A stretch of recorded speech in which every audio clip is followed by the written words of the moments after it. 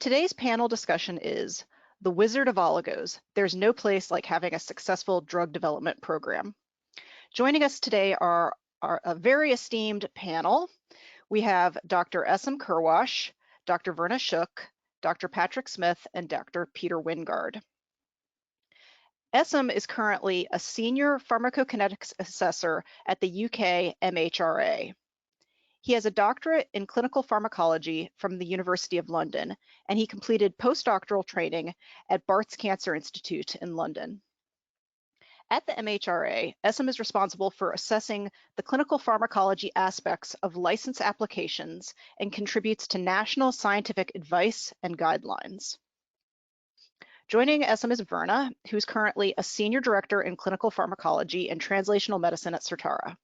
She has over 16 years of experience in pharmaceutical development, working across all phases of drug development. She's held previously positions of increasing responsibility at a variety of pharmaceutical companies, including Novartis, AstraZeneca, and Millennium Pharmaceuticals.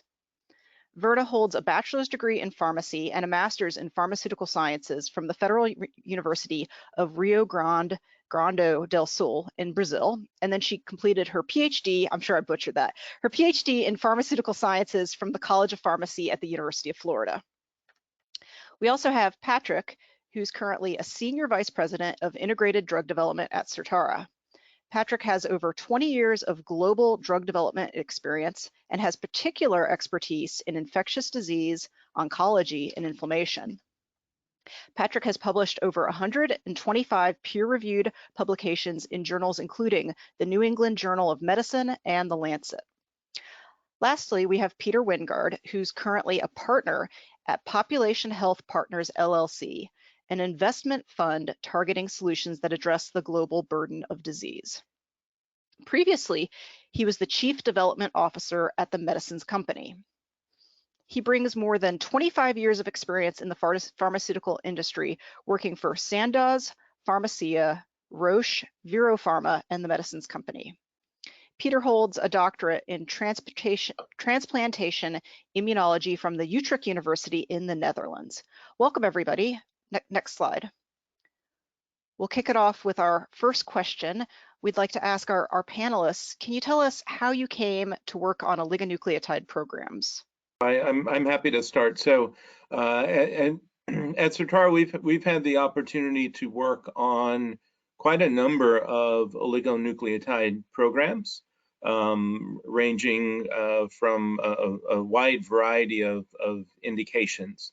More recently, we've had the opportunity to work on a few programs that have reached filings. We had the honor to work with Peter on one such program, for example, and our work really in this area includes supporting everything from preclinical, clinical pharmacology, modeling and simulation, out to evidence and access.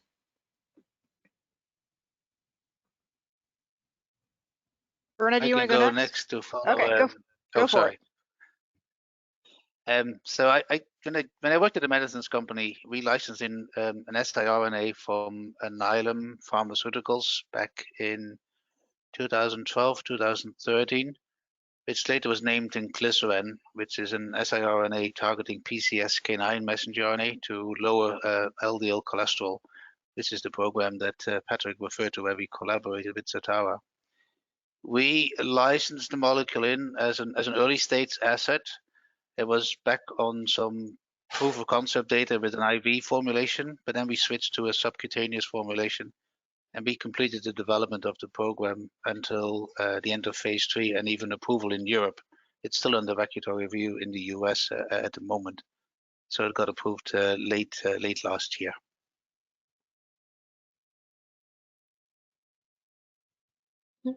So I can go next. I came to work with oligonucleotides at Certara, as a company that provides consultancy and support to pharmaceutical industry of different size. We have the opportunity to work with different type of modalities and programs. And I had opportunity to work with this molecule with Patrick and Peter as well, and providing support for the submission, prepare a submission package and in data analysis, population, PD analysis, etc., and continue to support the program and development of oligonucleotides even after submission. Thank you. I started working on the assessment of oligonucleotide programs in the MHRA, where I assessed number of application for marketing authorization for the oligonucleotides. I've assessed most aspects of the clinical pharmacology, the basic pharmacokinetics, pharmacodynamic relationship, pharmacology in the special population, and the assessed the risk of drug-drug interactions for these oligonucleotides. And I also contributed to the European Medicines Agency guidelines related to the oligonucleotides and related to the advanced therapeutic investigational medicines. Awesome. Well, I can see that we have a wealth of experience in this group, and people are coming and going to be able to share their experience coming from multiple perspectives. So we'll go to the next question, please. So SM, you might want to start with this. Can you tell us what regulatory trends you think oligo drug developers should really be on the lookout for? For the regulatory trends for the oligo is actually they need to really be aware of the clinical pharmacology regulations which facilitate the development of a successful drug development programs. It's really important for these oligo to start collecting clinical pharmacology data as early as possible in the drug development program. These data would form the basis which should justify the dose proposal for these agents, and also any dose modifications needed in a special population such as pediatric population or old age population or pregnant women and so on. Therefore, it's really important to start characterizing the pharmacokinetics of these oligos in the drug development program and use these data in useful way so that it can actually confirm the availability of these oligos at the target tissue, and also support the dose proposal and also provide an understanding of the final fate of the medicine in the body, so that it can actually convince regulators that it is safe medicine and efficacious at the same time. I understand that plasma exposure might not be reflective of the target tissue concentration, because some of these oligos are actually designed to accumulate in a specific target tissue rather than a widespread distribution in the body. However, we still require, during the drug development program, we still require the applicants to collect plasma exposure pharmacokinetics. And these plasma exposure pharmacokinetics could be used to confirm the safety of the product, to confirm that the body is able to clear the product from plasma, and also to characterize any risk of drug-drug interactions. And also concentration at target sites, if collected during the drug development program, either very early in the non-clinical phase or during the clinical studies, these target tissue concentration could be used as a basis for exposure response to characterize the exposure response relationship and identify the most efficacious dose, which will further provide support for the dose rationale. We also require the use of population and the use of modeling and simulation approaches as well to characterize the pharmacokinetics in target population, and use a form of covariate analysis to understand the effect of different covariates on the pharmacokinetics, such as age, body weight, race, and sex, and provide simulation which could be used to predict exposure in subpopulation. And the population models could also be used as basis for pharmacokinetic pharmacodynamic relationship characterization. Physiologically based pharmacokinetic models could also be used to predict exposure at target site and study the drug-drug interaction risk.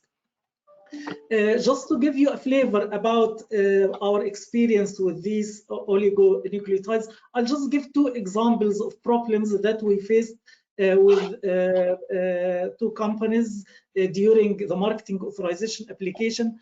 The first problem was actually it was a drug that actually it was oligo that was encapsulated in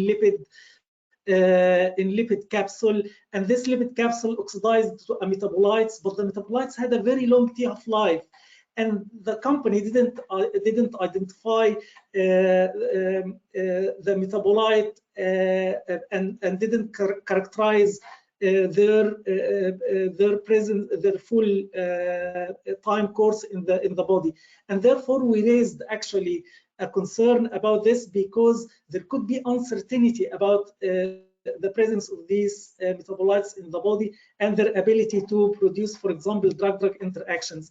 And we asked the applicant to provide further data to actually characterize the fate of this metabolite.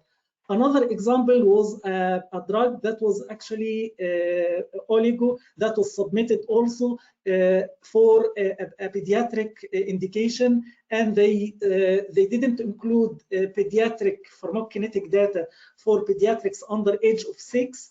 And however, they asked for a license for across the pediatric range. So we've asked the applicant to characterize the pharmacokinetic very well in this age population, using both population and physiologically based pharmacokinetic to actually predict the pharmacokinetics and account for any maturation in the metabolism of this drug in the small pediatric age group, and also account for any organ maturation like kidney or liver maturation.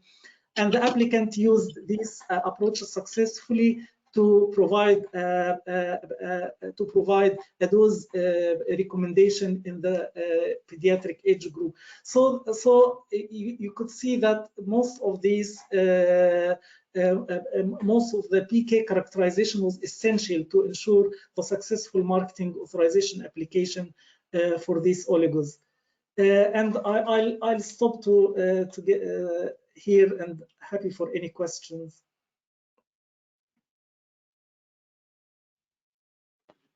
Yeah, I think I'm just to add to what Isam said, which it's quite important and aligned with what he said. It was a recent publication on approved oligonucleotides and what the Clean Farm data package was included, and how they addressed different questions regarding PK, impact of intrinsic, extrinsic factors, DDI, etc. And my take of that publication and experience working in that space is that you're likely to have to consider all aspects of clinical pharmacology when thinking of developing oligonucleotides. And the approaches that you have used for small molecules can still be applicable to oligonucleotides. And what I mean by that is the fact that if you're, for instance, if you're looking at developing a population PK model, that can be the same. You can use your population PK model to try to explain impact of intrinsic and extrinsic factors on PK that could lead to those adjustments as well. So this type of thinking and strategy is still applicable. However, as Isam pointed out, these molecules tend to have a long PD and a long pharmacological effect. So at times your focus when it comes to dose adjustment is not on the PK, but is on the PD, and you do your dose recommendation based on the response and the PD response rather than the PK. But the PK remains important for safety. So I do think that, it's as a drug developer, you can start with the basics and and ask the same questions as you would for any type of drug modality, but to keep in mind that these are different type of drugs that may have a different effect, and you may have to adjust and adapt in order to have a successful submission package. I think that's some great advice. Patrick and Peter, do you have anything you want to add, or should we move on to the next question? No, I'd like to add on because Go ahead, Peter, please. What Werner is describing sort of applied very specifically to the oligonucleotide that we were developing in glycerin. So I can give a bit of an example experience of our side on the pharma side, how to deal with some of the regulatory questions and the challenges that we had to deal with. The first one is what Werner touched about. In glycerin, what we developed as an siRNA had a very short half-life in the plasma, as opposed to a very long half-life on the PD effect. The drug was eliminated within 24 hours, but the PD effect was still present 1 year after initial dosing. We ultimately ended up with a 6-month dosing schedule for the phase 3 of the program. So we essentially abandoned, that may be a bit of a strong word, we didn't really abandon, but we didn't really characterize PK beyond the phase 1 studies as a result of that, and completely switched to a dose PD response model, not only to inform about dose selection, but also on the points that Werner raised with intrinsic and extrinsic factors determining your individual responses in certain patient subtypes or subpopulations. And we've done quite extensive characterization of that, also because we had a relatively large program for phase 3, given the target of cholesterol lowering. We had the ability to have some sort of vigor and power behind some of those analyses, which was conducted by Certara, and we got some fabulous results from that.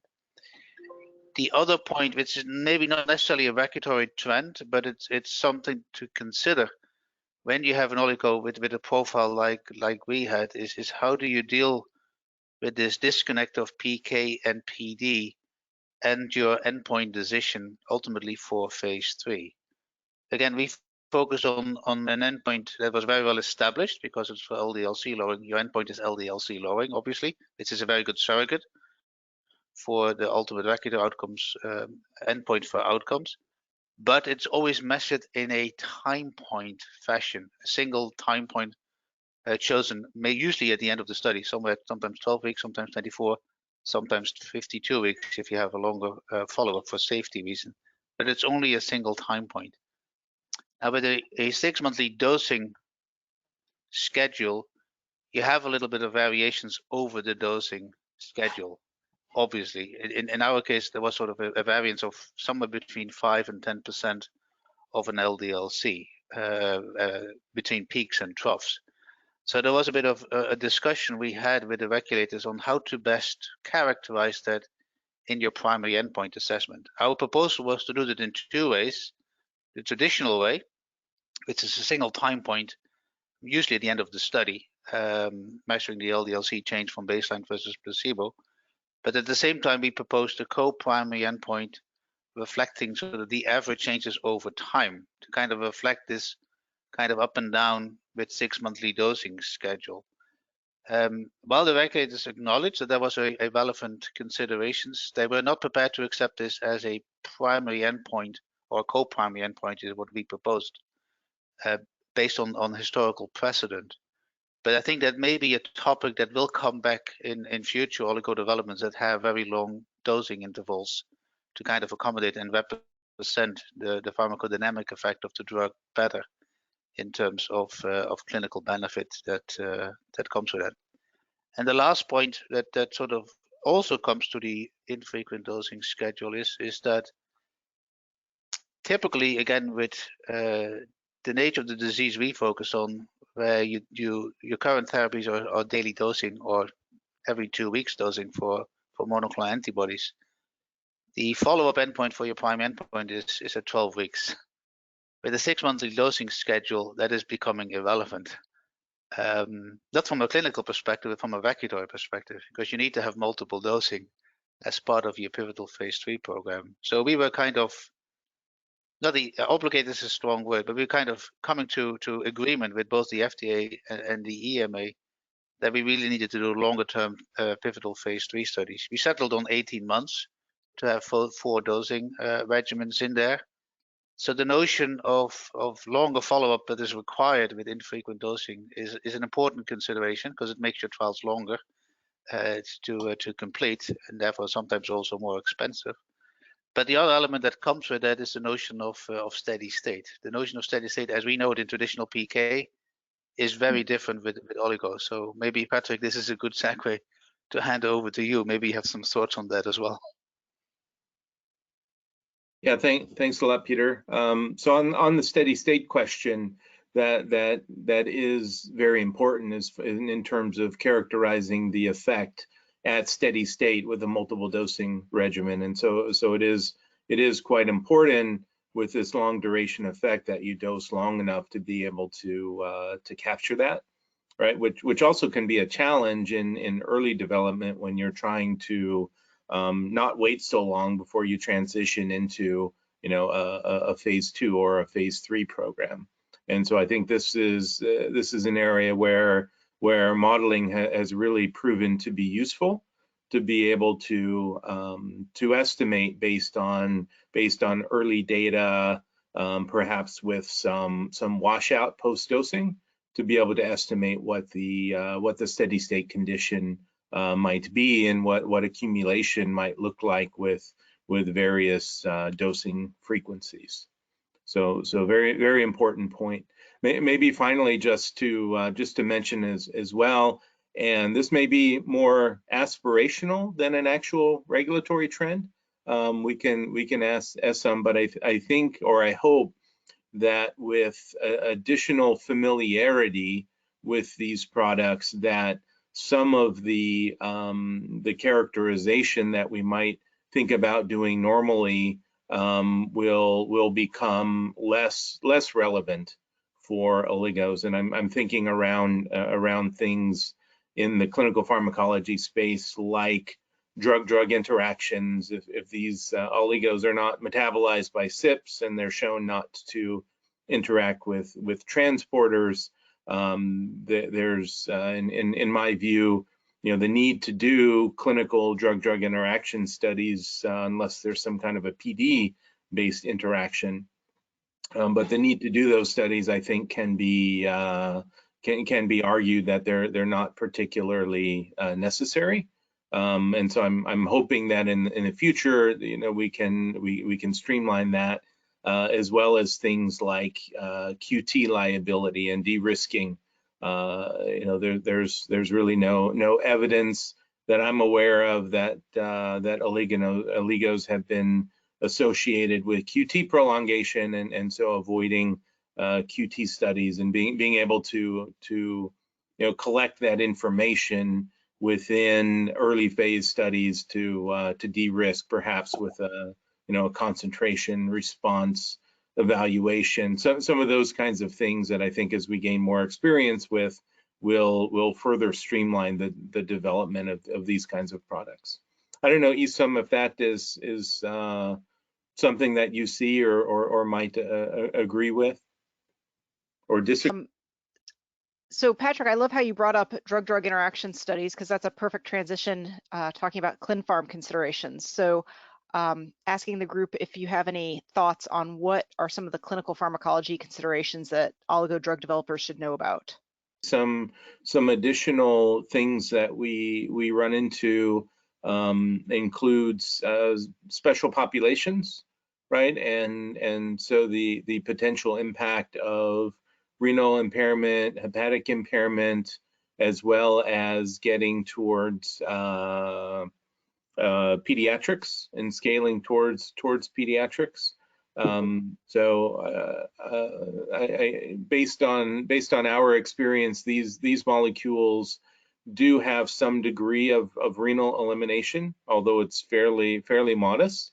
But we do see the potential for exposures to increase in various levels of renal impairment. Whether that's clinically relevant, I think really depends on the molecule itself and what the safety profile looks like, but it is an important consideration.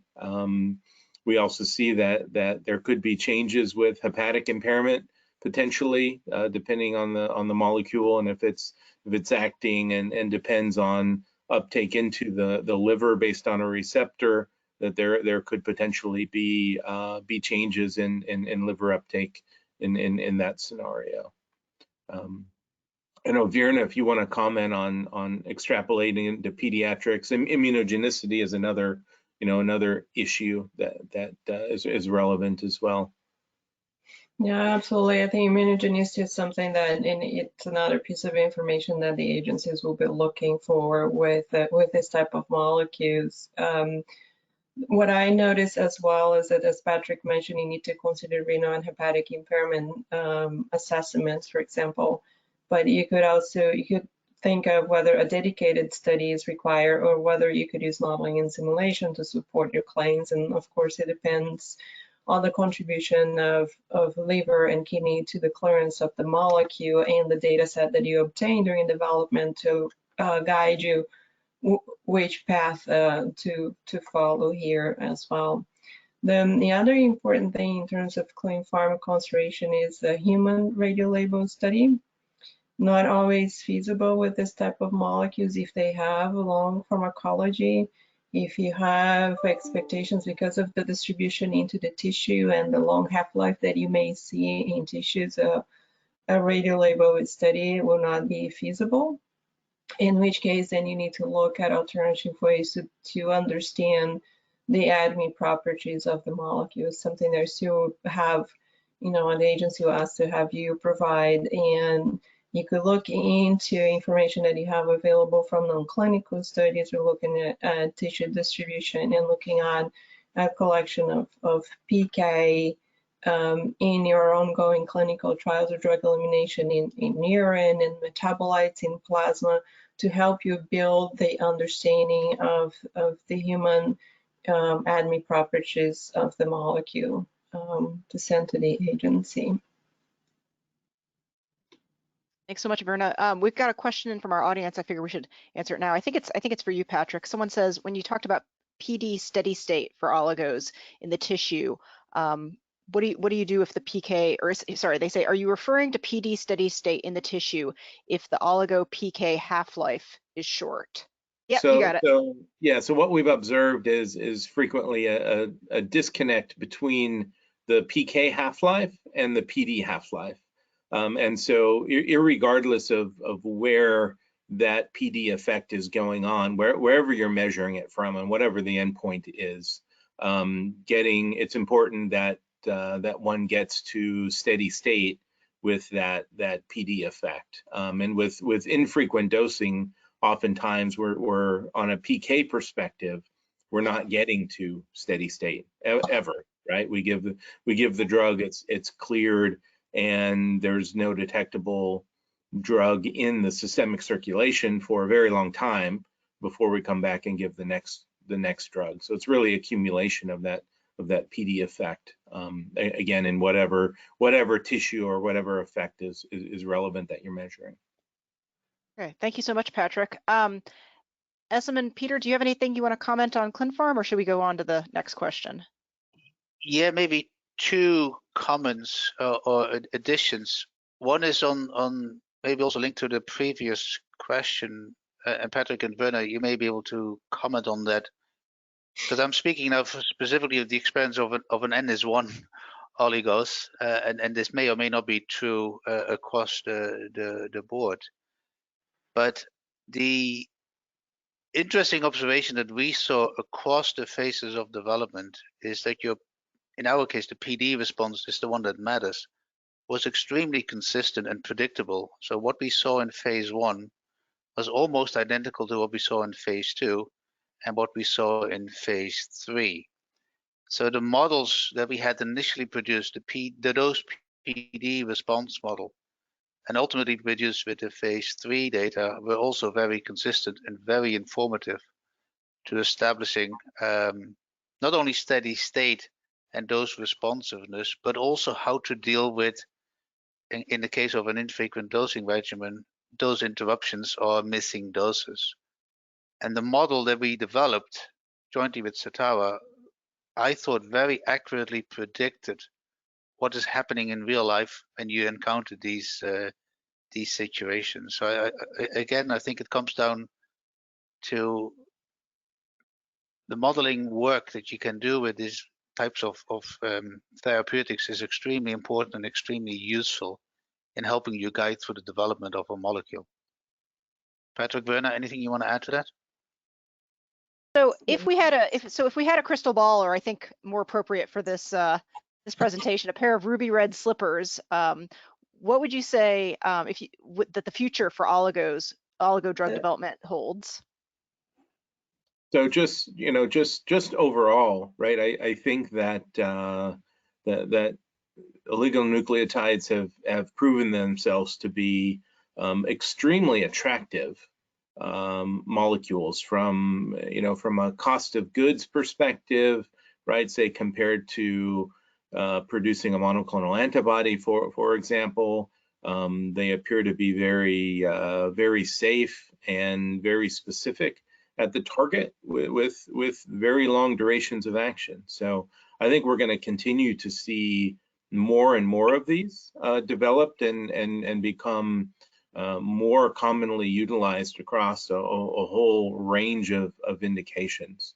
So I see them as being extremely promising and a key component of drug therapy that we'll see in the future. I would agree with that, Patrick. Go maybe even one step further, that it's imaginable that in 10, 15 years from now, oligos would be what monoclonal antibodies are today, and sort of in the therapeutic armamentarium that would be available to us for various diseases. There's one other element that I would bring into this, which is again related to the infrequent dosing nature, and sometimes an injectable, which could be done under supervision of a healthcare provider. Therewith, oligos would provide a very attractive tool for dealing with non-compliance, which is typically seen with oral drugs. So that's a real advantage for this type of therapeutics that one could actually utilize, not even in your considerations commercially, but also development-wise, and using that as part of your plan to sort of establish that as an advantage of using an oligonucleotide as opposed to an oral drug, a daily one, or even a twice-weekly monoclonal antibody for that matter. I think we would be remiss also, Peter, if we didn't mention vaccines as a component of that, right? So I think what we've seen with the COVID vaccines and the mRNA approach, and there's a lot of exciting things going on in that area as well. So, and various routes of administration, I think will become important. Agreed. Yeah, I would also say that as we learn more about oligonucleotides and their clean farm properties, I think we will be able to have a more streamlined drug development. As Patrick mentioned at the beginning, we hope that we'll get to some point where some of the knowledge that we have and the information that we have that we know is applicable to oligonucleotides across different type of oligonucleotides, then we'll be less likely to be asked to do drug-drug interaction studies, for example. So we can look at being more creative and have a more streamlined drug development to get these products to patients sooner. I thought I have 3 thoughts about topics that still needs to be further addressed in the future of oligos. Some of them may be obvious, and maybe Patrick and Werner has also some thoughts on that. But the first one that comes to mind is tissue specificity. Many of the oligos that we are currently targeting are either directed to a very specific tissue type, because that's where the expression of the target messenger RNA or target molecule production needs to occur. But not all tissues are easily addressable in the same way. So how to solve those problems for certain diseases would be an important question to consider and address. Secondly, the overall notion of the genetic targets that you have with an oligo, because it's one oligo for one target essentially, and at least in the space of the siRNA, that may not be applicable to vaccines, because that works the other way around. You're not inhibiting a protein, but you're producing a protein. And then lastly, something that we've thought about too in the cardiovascular space is, could you consider envision combination therapy of different oligos for different targets to address a more broader spectrum of the disease state? Mm-hmm. These are great ideas. I think the future of oligos looks really bright. So with that, I'm going to ask Pam to advance to the last slide, and we're just going to open it up to questions from our audience. And it looks like we've already gotten a number of questions from our audience, and we'll answer as many as the time allows. This is fantastic. So someone would like to know, sorry, just give me a sec. Have plasma circulating metabolites been an issue if you have limited oligo exposure overall in the plasma? I can answer that question in the specific program that we worked on. The answer is no, because of the short half-life, other than the need to characterize metabolites, but that can be done. I think it's a different question though for metabolites at the site of action, because many of the metabolites that we have still have biological activity, and how to deal with that and how to characterize that into sort of a differentiated PD effect of the full-length oligo versus a metabolite oligo is a challenge that we struggled with and didn't really have an answer to, nor where we needed to have a specific answer to it. But it is something that does come to mind to think about, and sometimes maybe requiring more investigations. Yeah, so I think just to add, even though your exposure, plasma PK exposure to oligos may be short because of the short half-life and the sparse dosing, you still need to characterize the metabolites and proportion of that metabolite relative to parent and elimination routes as well. And yes, and Peter raised an important point, because you're looking at plasma, but tissue distribution may be different. What we have noticed is that the pattern of tissue distribution is kind of consistent in the non-clinical species. And someone says, someone has the question, given that the PK half-life is shorter and often has a disconnect with PD, a typical renal impairment and hepatic impairment study with the PK as a primary endpoint may not be the right choice. Can you comment on that? Yeah, I can start, and maybe Patrick, you can add. That's absolutely correct. If you have, if you're looking or working with an oligo that has a long PD effect, and you run a typical renal impairment and hepatic impairment looking at PK, then you create that disconnection between the changes you may see in PK and what the PD response would be. So it's important that in those studies you also include PD measurements, that you understand what the changes in organ impairment could have on PK, and if that would translate to a PD changes or changes in response as well. And even though you may see an exposure, like you could face a scenario where you may see a change in the PK and exposures, but your PD response does not change. So your dose recommendations in terms of whether you need to do dose adjustment or whether the organ impairment has an impact on the drug, on the PK, we'll have to look into two variables. One is the changes that it causes in PK, if results in increasing in exposures, and if that presents a safety risk. And the other, whether organ impairment presents any impact, the changes you see in exposures translating to change on the PD or not, and whether dose adjustment would be required from a PD perspective.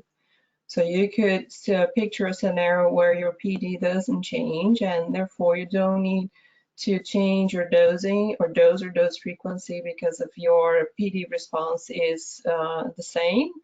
But you may have to consider what the PK changes are, if they are considered safe, which I would say that these molecules are usually quite safe, so unlikely that you'll have any safety issues, but you need to make sure that you have the exposure coverage, that increase or changes in the PK you see, you have safety information in that exposure range as well to support your conclusions from the study. So maybe looking at running a study that is longer than a traditional PK, a study based on PK that will look at PK over 48 hours, 72 hours, or a week. You may have to look for longer just to capture the PD response as well.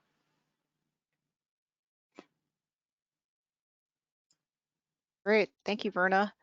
Someone wants to know if you can comment on the toxicity of oligo analog treatment, or if there's any considerations, any factors to consider for the safety profile.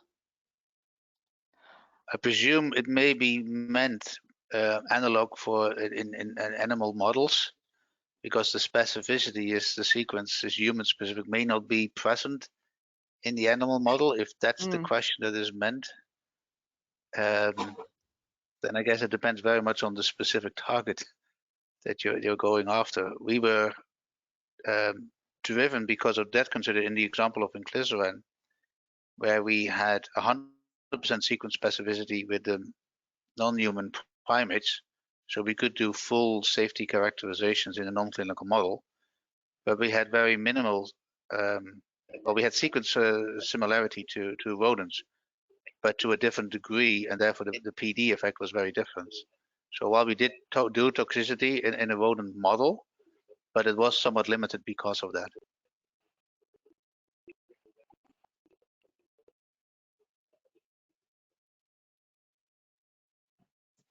Thank you, Peter. Someone asked if you could comment on what's involved on building a clinical dose PD model.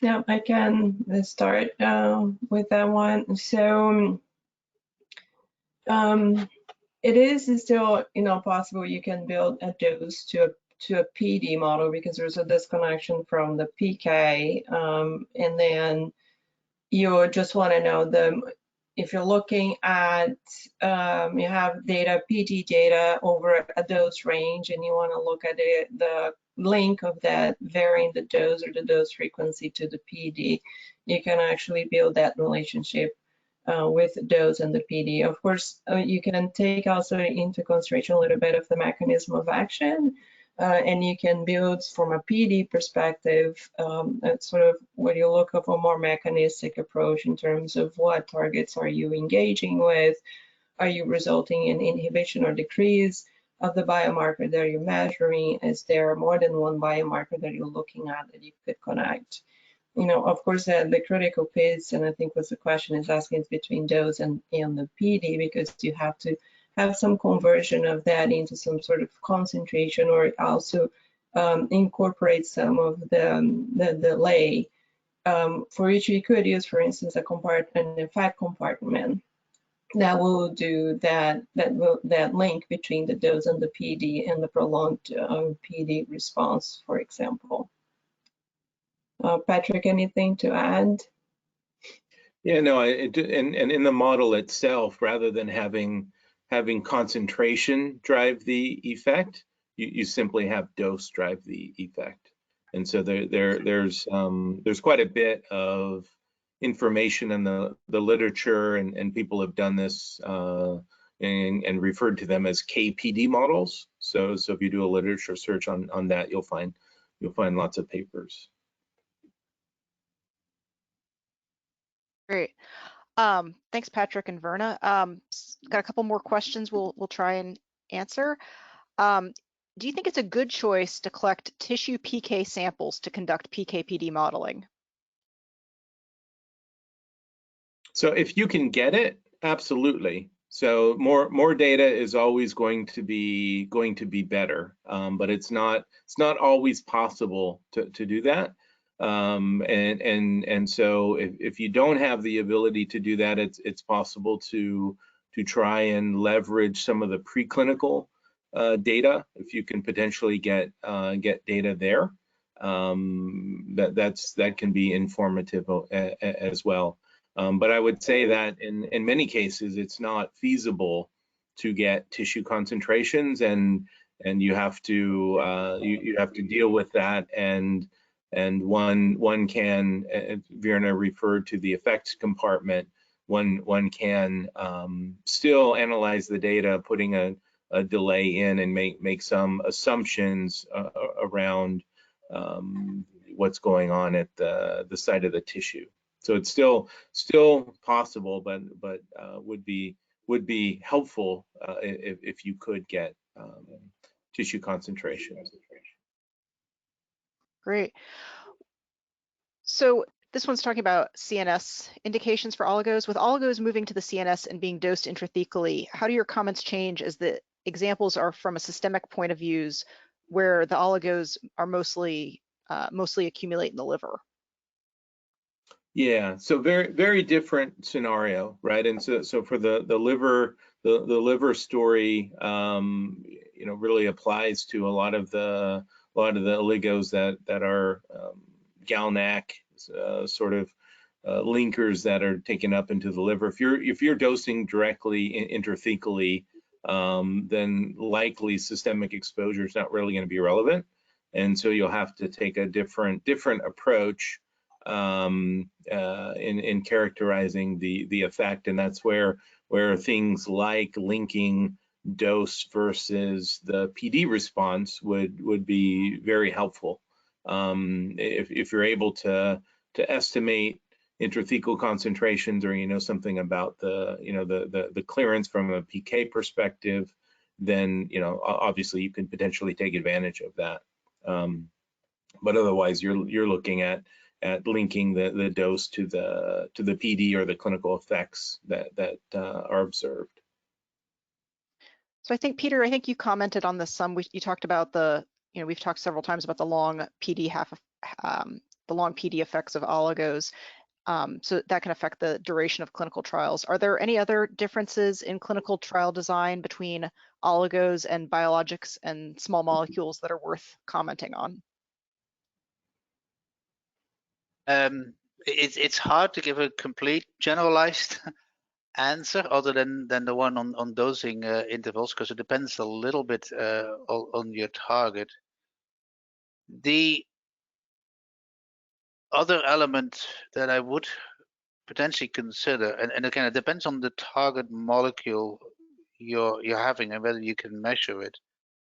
But measuring, in case of an oligo that we were having, where you're trying to block a certain protein production, either to an siRNA or to an antisense oligonucleotide, if you have the ability to measure the levels of that protein directly, I thought in our development it was extremely informative, because it responds quicker than sometimes your clinical or other PD parameters that you may have that reflect the clinical response.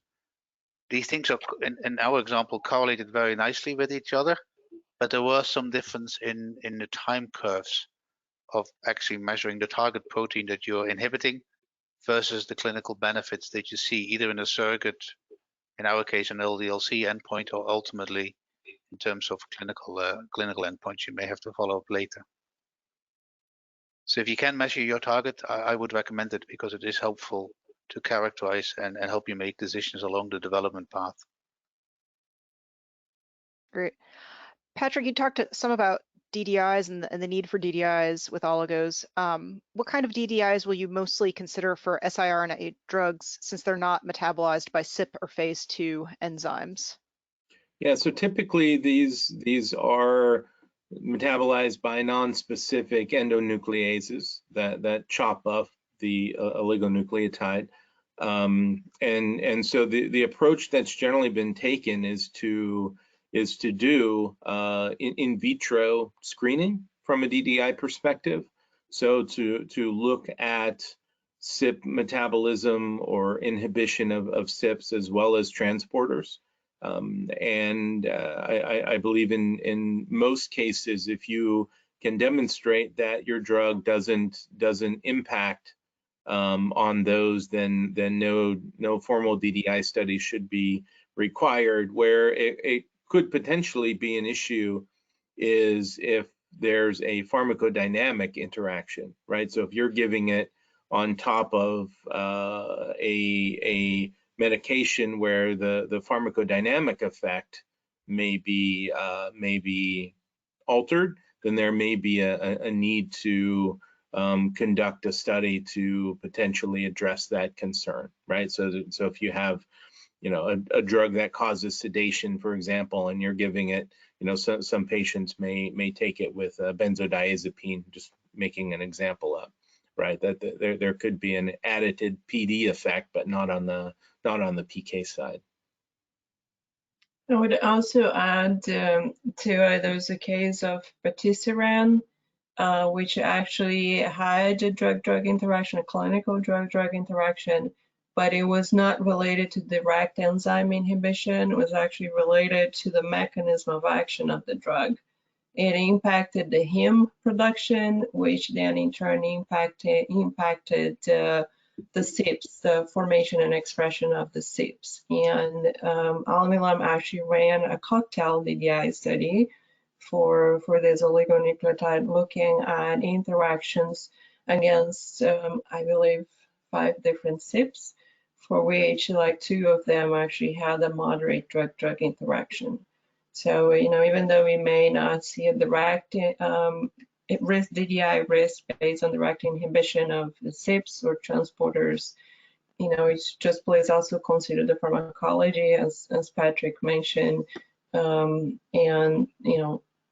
whether there's a risk for interaction that way, but also the PD interaction. And the other that I would add is common co-medications that may target the same tissue or the same site that the agency has requested some information to be provided as well on DDI assessments for co-medications. Great. So someone has a question on a combination oligotherapy. So they'd like you to speculate on how regulatory authorities might see a combination oligotherapy that uses multiple oligos for different targets. Interesting question. I think in general, I wouldn't see this as being really any different than using a combination of products for any modality, right? Be it small molecule or a combination of various sorts. No reason why one couldn't put 2 oligos together that target different mechanisms, and be able to evaluate those. Things that come to mind, of course, are being able to satisfy the combination rule, right? To be able to justify the presence of each of those molecules, that they're contributing something to the combination, and then of course if there is a potential for an interaction in some way, let's say they're both taken up into the target tissue by the same mechanism, by the same transporter. If that's relevant, then you'd want to make sure that they don't interfere with each other. But otherwise, I don't see any reason why that's not possible and couldn't be done, like a lot of combination therapies are pursued. Great, thanks, Patrick. we've got a couple more questions, but I think in the interest of time, we'll take one more question and then maybe we can respond to the remaining questions in writing. So someone wants to know, based on that there's less possibility for DDIs for oligos in general and the disconnect between plasma PK and PD, do you think that the clin-pharm of siRNA for the clin-pharm for oligos is less important than for traditional small molecules? I actually think it becomes more important because now, you know, you have to consider the pharmacodynamic aspect of it. You know, in clinical pharmacology is not only the PK, but it's also the pharmacodynamic response to it. And the submission we worked with Peter, I'll have to say that the clinical pharmacology section was relatively long because we had to discuss these two aspects and how they relate and from different perspective, from a PK and safety, from a PD and efficacy, and how these two come together with a dose recommendation. I would agree, Verna. I think our specific example has kind of learned that the traditional linear assumption that dose relates to PK, relates to PD, relates to clinical, in the world of oligos is a lot less linear all of a sudden. So you have to rethink a lot of those elements in a different way. Yeah. Yep, I think that's a great note to end on. We'll go to the last slide. Thank you so much, everybody. I feel like we've had a great discussion and great questions from our audience, and just want to thank all of our panelists today, Peter, Verna, Patrick, and Essam. Before concluding the webinar, we have a few announcements. The next webinar in the series will actually be tomorrow. We've got guest speakers from Eli Lilly, Dr. Maria Posada and Dr. Lai-San Tham, who will be presenting Predicting the Effect of Dulaglutide-Mediated Gastric Emptying Delay on Drug Exposure. You can register for all webinars by visiting us at certara.com. Next slide, please. On behalf of Certara, I'd like to thank you for attending this presentation. This concludes the webinar. Goodbye and have a great day. Bye.